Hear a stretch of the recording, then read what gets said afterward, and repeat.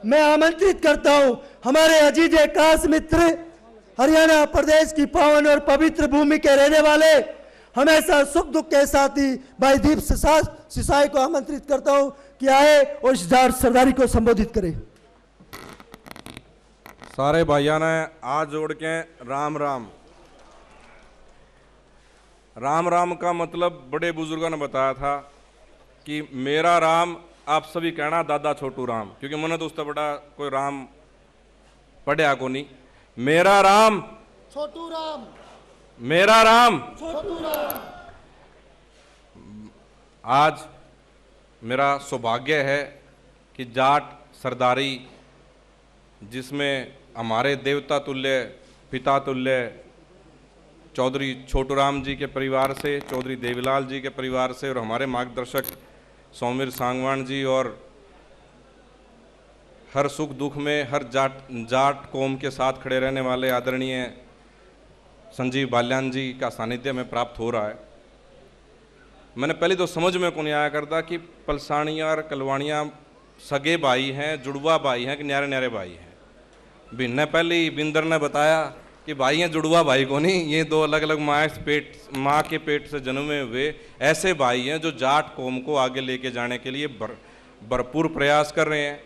आज पहली बार मेरी भाई से मुलाकात हुई और मैं भाई से आश्वस्त करता हूँ, आश्वासन देता हूँ कि मैं छोटा सा व्यापारी हूँ, दिल्ली और गुड़गांव में काम करता हूँ, कि जितना प्रयास आप कर रहे हैं उसी प्रयास में चार चांद लगाने के लिए, जिसे टूटे फूटे हैं सारे भाई थारे गले खड़े हैं।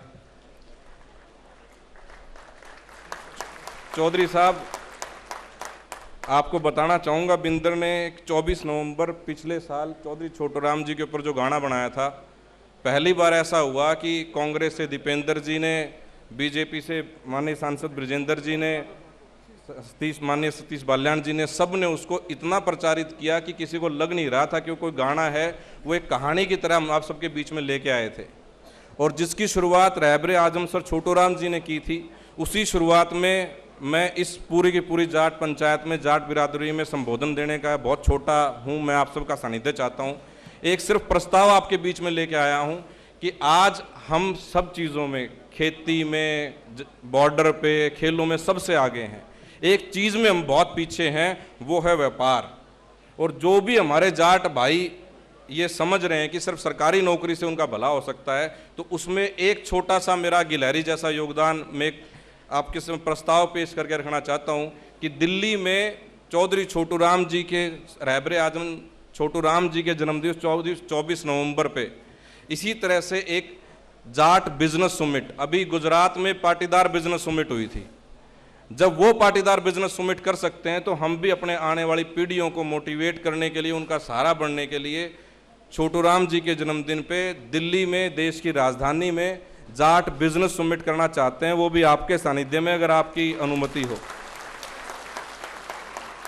और इस जाट बिजनेस समिट का छोटा सा आइडिया मेरे दिमाग में था।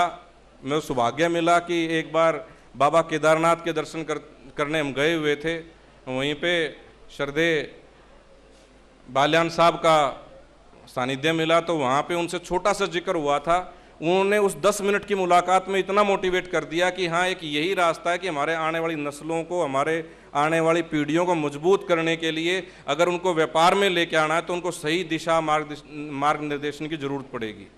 उसी कड़ी में हमने गुड़गांव में पहला एक जाट इंक्यूबेशन सेंटर बनाया है, जहाँ पे कोई भी हमारी कौम का भाई आएगा तो उसको पॉलिसी बनाने से लेके कैसे उसके लिए धन की व्यवस्था और कैसे उसका प्रचार किया जाए, उस सब की सुविधा हमने की है।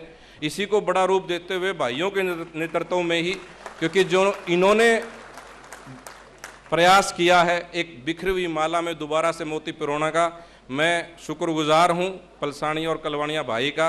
और एक ही चीज़ कहूँगा, आपकी ताड़ी और भाई का उद्बोधन भी मैंने सुना कि इनके प्रयास में हमारी ताड़ियों में अब भी थोड़ी सी कमी थी। 2 लाइन है कि तालियां वो नहीं बजाते जिनको कोई गम होता है, तालियां तो वो बजाते हैं जिनकी बाजुओं में दम होता है। तो भाइयों के लिए एक बार दोबारा से जोड़ो तालियां।